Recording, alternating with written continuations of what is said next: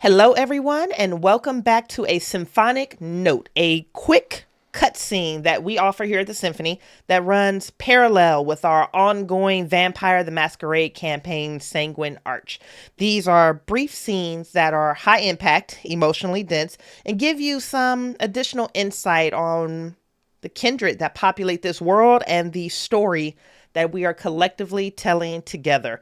This symphonic note is called An Important Phone Call. I can't be this late at night for me to forget your entire name. Doc, please tell us who you are, who you're playing, and where people can find you. How's it going, everybody? I'm Matt Doc Tracey, because there's so many of us that use that nickname. I'm playing Conor Rowe tonight, the venture who has been under accounting for 30 years, I think it is. Something Depending along on when those this lines. note takes place. Depending on when the note takes Right now, place. you're just Conor Rowe. Right now, I'm Yeah. just Conor Rowe, mid-level drug dealer in New York. You can find And me. Ryan, tell us. Oh, sorry, Oh, go yeah, ahead. so Sorry, you, Doc. tell me, you can find me on my Linktree, linktree.com/DocBones. All my socials are there, or just pop by the Symphony Discord where I usually have some variation of Ho in my name. That's accurate. Ryan, welcome back. It's such a delight to have you back on the Symphony after you've completely crashed our ecosystem with this brilliant character. Please tell us who you are, where people can find you if you want to be found, and who you're playing. I'm Ryan Dickerson. My internet presence is mysterious. You can find me if your detective skills are strong. And tonight I will be portraying Mr. Prim. Absolutely amazing. Let's jump into An Important Phone Call. Conor, you are adorned in the filthy rags of an unhoused individual. You've just watched an active raid happening on a sea of monitors where law enforcement is going into your home, into your private space, into your life, and they are taking everything from you. And your phone rings. And something inside of you just knows that this is a phone call that you have to answer. I'll pull up the phone from my pocket and sort of look at it for a minute. Is there any number displayed that I would recognize? Unknown. I will answer the phone, but I won't say anything. I'll just hold it to my ear. Mr. Rowe. I understand that you are in a bit of difficulty this evening. Who is this? We can get to that when we are face to face. There will be a town car coming down the street in 3 minutes. You will get in, and Are you that the one town who car will killed my take you men? to me. Are you the one who killed my men? That is unimportant, Mr. Rowe. What is important is that if you do not get into that town car when it arrives, the next car to arrive will be the police. I will see you shortly. And the phone disconnects. I'm gonna throw the phone against the nearest wall. Fuck!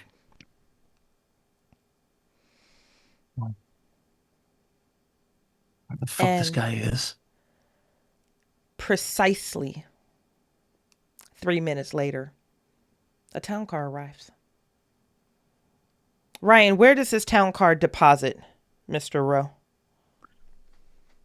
The town car drives, I believe you were in the Bronx Yes. when all of this was happening. It crosses the bridge over to Manhattan and takes you to a high rise. Not one of the real skyscrapers in Manhattan, but it's pretty close to the financial center. It's close to the stock exchange. Okay. The driver doesn't say anything. I wasn't gonna address him anyway. Mm. When you arrive out in front of the building, Mhm. there is a valet that opens the door for you, and the driver simply says, 53rd floor. I'll step out silently. I'm not even gonna close the door behind me on the town car. Just gonna get up, start walking toward the elevator. I'll push the 53rd floor and just where the fuck this guy is, he knows how to hit. The elevator rises, and the 53rd floor is unremarkable from the lobby when you exit. There is another man waiting for you there who wordlessly directs you with a wave of his hand to follow him, and he takes you down past some office doors. There's a bullpen area with cubicles that all appear to be empty, and he takes you out to a corner office and waits outside, directing you to open the door and go inside. As we're walking through the office, I'm gonna be looking for exits, anything that could be Mm-hmm. considered a weapon. Back in those days, I would always have something on my person just in case. Mm-hmm. I I'm drawing zero attention to that, but I just in the back of my mind think, okay, well, it's an office floor, there's cubicles. Oh, what the fuck? What I get picked up by fucking Dilbert? I'll look at the door, and as the man motions to open it, I'll just point to it and you do it. Mm. You drive me all the way out here. The least you can do is open the door. Very well, sir. And the man grabs the door and opens it and gestures graciously for you to enter. I'll walk in just past the threshold of the door, just enough that if they were going to try to close it, there'd be a split second thought of if it's going to actually catch on the backs of my shoes. Uh, the door very quickly is shut on your heels. Hmm.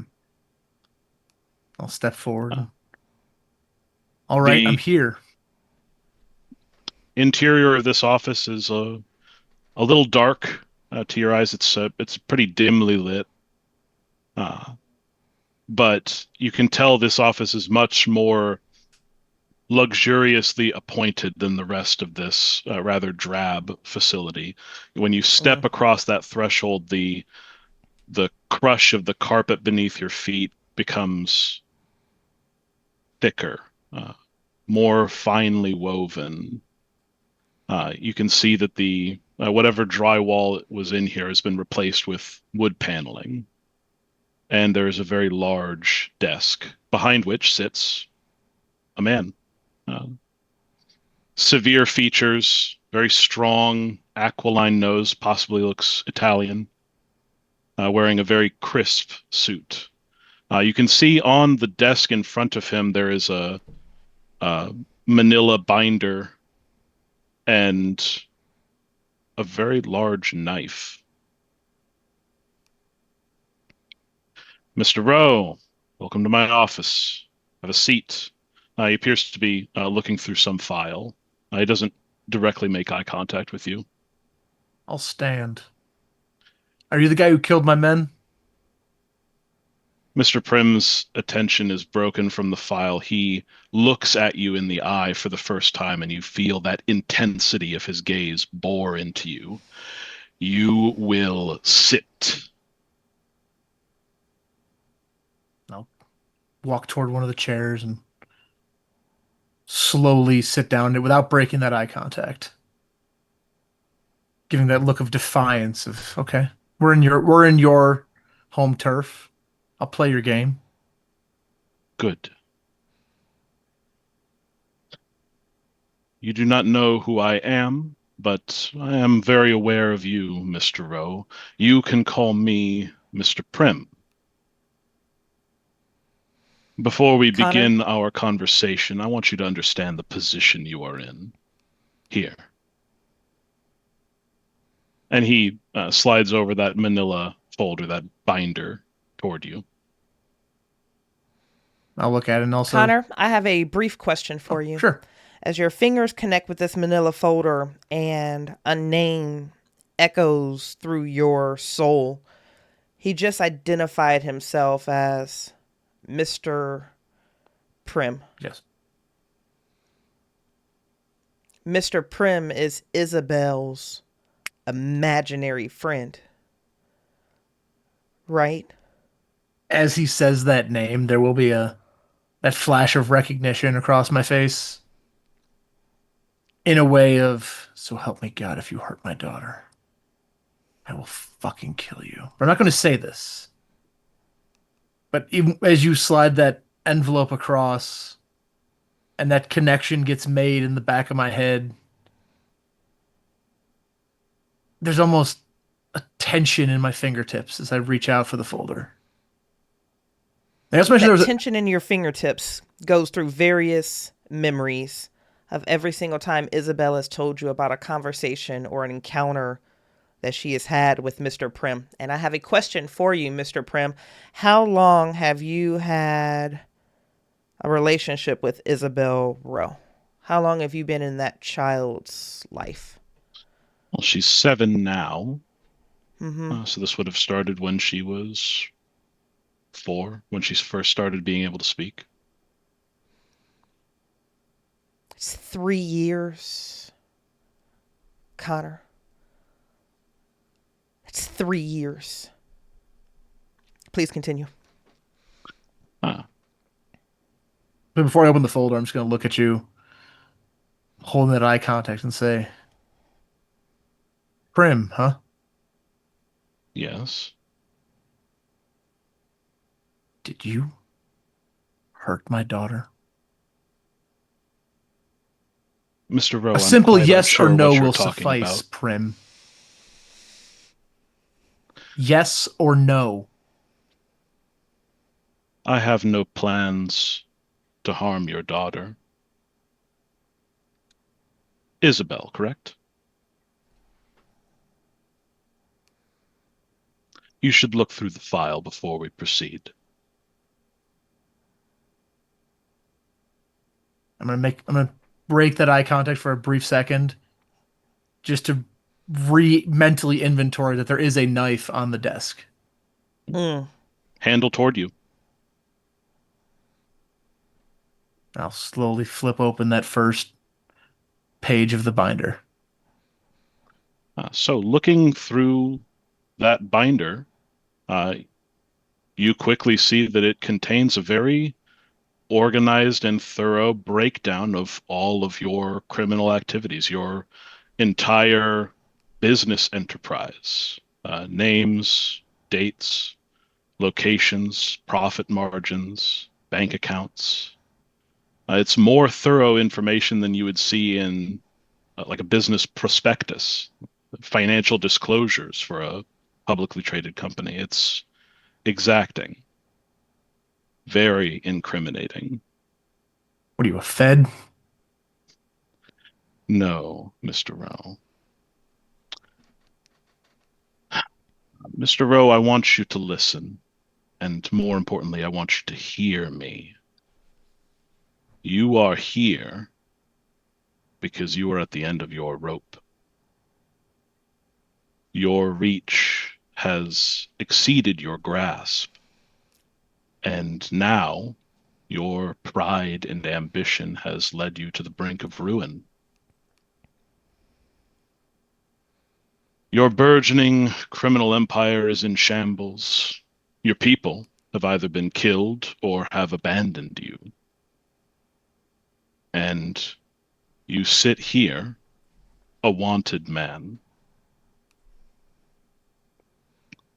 I don't know if you saw the news report this evening regarding the raid on your home.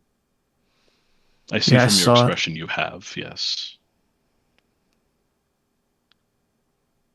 So, you lacked the capability, you lacked the foresight to prevent this tragedy that has befallen yourself, your business, The fuck do you want from me?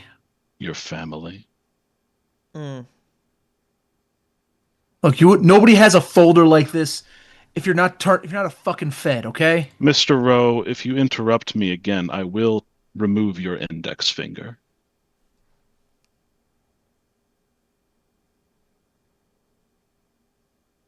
Good. With that said, it doesn't have to be this way. You don't have to go to prison where so many of your rivals, your former associates, are waiting for you. Isabel, your daughter, she doesn't have to get shuffled from one abusive foster family to another, and another, and another. What I am offering you is a way out. I am a powerful man, and I have the connections and the means to make all of this go away.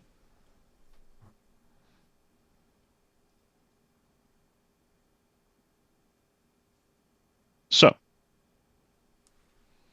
if you take the deal that I'm about to provide to you, these legal troubles disappear, you will be afforded a taste of the wealth, the power, and the influence that you have so desperately sought after all of these years.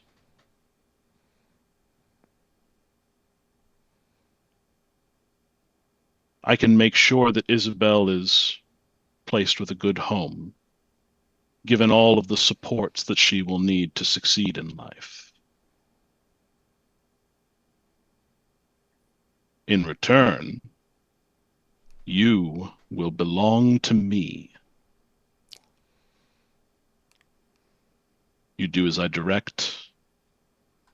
You perform the tasks that I require, and success in those tasks will be handsomely rewarded. You will avoid prison, and I won't tell you that you will be entirely free. That would be a lie. But you will escape your current troubles. Mm. So let me get this straight. I come work for you, and this all just goes away. And you're telling me you're not a fucking Fed? No, Mr. Rowe, I am not a member of the federal government. Let me guess. I gotta turn out all the guys who used to work for me, all the guys that are left. You want me to dismantle this so what? You can step in? You're getting your beak wet off of some side gig here? Mr. Rowe, I am not some I am not some drug peddling pimp on the corner. I'm gonna grab the binder and just throw it across the room. Then who the fuck are you? As I said, I am Mr. Prim. Yeah, and I'm Howdy fucking Doody.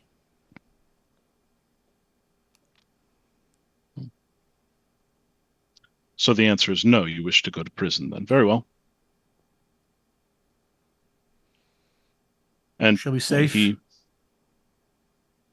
his hand hovering over a button that will surely summon whatever men he has at his disposal. You can promise me she'll be safe? You would have my word, Mr. Rowe.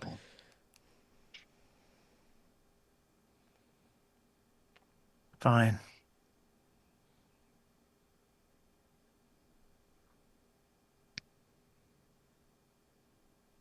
Very good. But just know if I find out that you harm a single hair on her head, I'm gonna put a bullet right between those eyes. I'm gonna A enjoy every bullet. second of it. A bullet.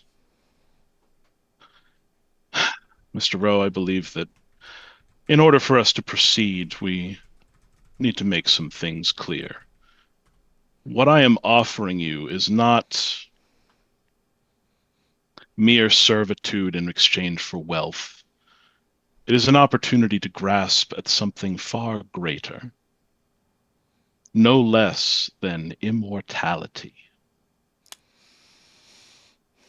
What do you have different than the guy down the street with the giant sign saying the end is near, huh? You talk about immortality, and I'm gonna pull that gun out of my shoulder holster and point it right at you. Immortality, huh? You doubt me. That is to be expected. What rational mind would believe in such nonsense? Look, but And yet, I've heard enough of people like you preaching about the next life and all these magical powers and shit. I'm going to squeeze the trigger. Ryan, talk us through what happens when a. Do you know what caliber gun that is, Doc? Nine Just millimeter. for. Ryan, talk us through what it looks like when Mr. Prim catches a 9 millimeter directly between his eyes. uh, there is no surprise. Uh, a neat hole appears in his forehead. Mr. Rowe's a decent enough shot from across a desk. And there's a single thick droplet of blood that hovers at the hole but does not begin to run. Mr. Rowe, that was very hasty, but I do appreciate you not aiming for center mass. This suit is quite expensive. I'm gonna drop the gun and start backing up. What the fuck are you? What the fuck? Mr. Rowe, I believe I asked you to take a seat.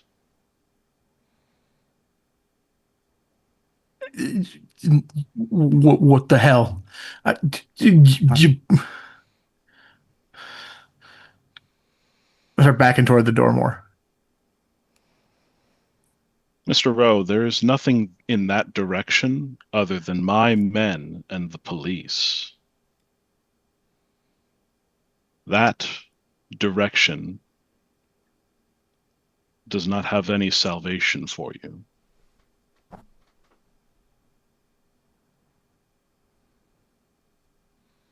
What are you? There are many words for what I am, the most important of which is Ventrue.